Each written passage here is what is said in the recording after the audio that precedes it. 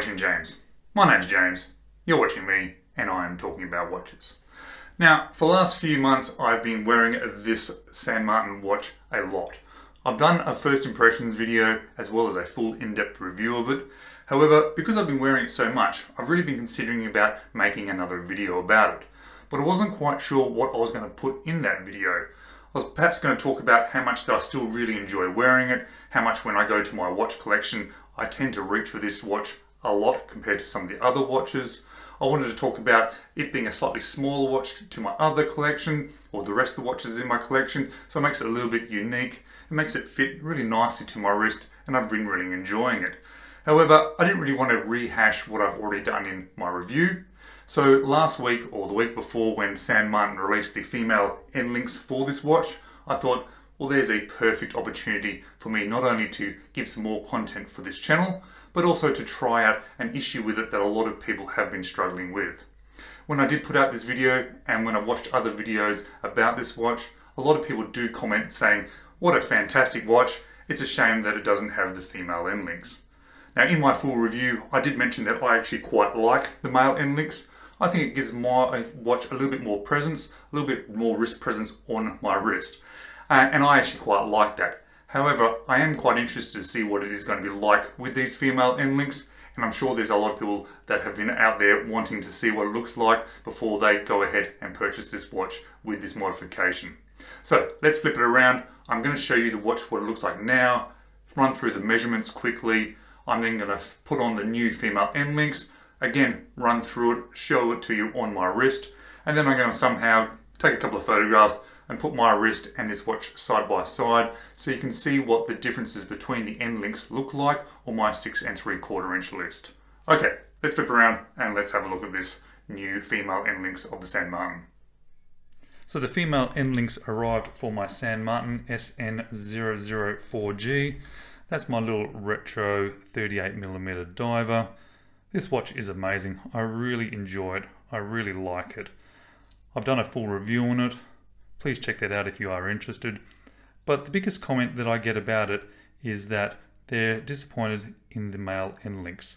They like that it's a slightly smaller watch, but they wish that it had the female end links to make it sit a little bit more flush on people's wrists. One of the negatives I had about it is when it sits on my wrist, you actually do see the end of the end link. For me, changing over to the female end links is more about seeing whether that issue is resolved. So what I'm going to do, I ordered these ones. I'm going to be putting them on the watch. Now they cost me $13.50 Australian. They took about a week and a half to arrive.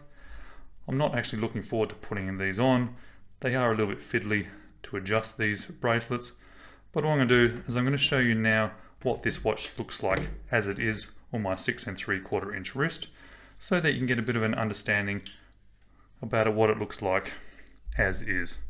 For me, it fits quite nice. I think that those little male end links help to extend the case a little bit, gives a little bit more wrist presence. But I can certainly understand that it does sit a tiny bit proud on the wrist, and certainly if you have a smaller wrist than me, anything with female end links is going to look better. So it comes with the 2 female end links, comes with the 2 connectors, and it comes with 2 new spring bars. I brought out my original case because I'm going to have to use the original tools with the 2 screwdrivers. Now, I am going to record me changing this over, but if it does get too difficult and fiddly, I might turn it off and come back with it already done. So let's have a look and see what this is going to look like once I've changed them over. These are the 2 screwdrivers I'm going to use. I am going to use my Kronos tool, one of the best tools that I've got with any watch, so I'm quite impressed by that. So, no more talking from me, let's switch it over. Okay, so here we have it on the new female end links. I had to turn the camera off and have a bit of a play with it. Took a little bit longer than I expected. The biggest issue I had was when I was pulling out the spring bars, the solid end links are in so tight and so firmly that it was just very hard to pull them out. But I eventually got it out.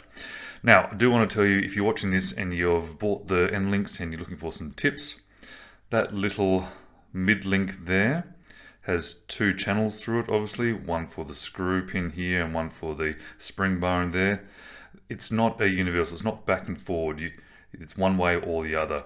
And the quickest and the easiest way to just tell that is to grab the spring bar and put it through one of the holes. It only goes through one, just in case, so you don't get it upside down. Yeah, there you go, easy as that. I'm actually a little bit quite impressed by it. I think it's actually quite nice. I don't think I was expecting it to be so good with these female end links. It certainly has resolved that issue for me about looking at the end of the bracelet ends there. It's very neat and tidy now. And let me show you what it looks like on the wrist. So now here's my San Martin with the female end links on my 6 3/4 inch wrist. If I have it sort of mid wrist there, it looks very nice. It sort of comes straight down, falls away from the watch there, or even if I wear it a little bit forward, sometimes I do, it still looks quite neat and tidy. It is grabbing on a little bit there, but it's, I think it looks quite good, quite nice. And this is a side-by-side shot of what the watch looks like, both with the female end links and the original solid male end links.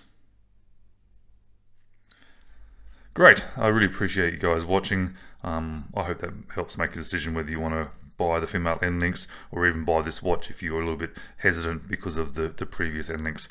I actually think I'm going to end up keeping it on these female end links. I wasn't sure if I was going to do that because I was quite happy with it prior. I thought perhaps I'd be swapping it back fairly quickly, but I think it looks quite good. Alright guys, thank you so much for watching. I really appreciate it. I hope to see you in another video.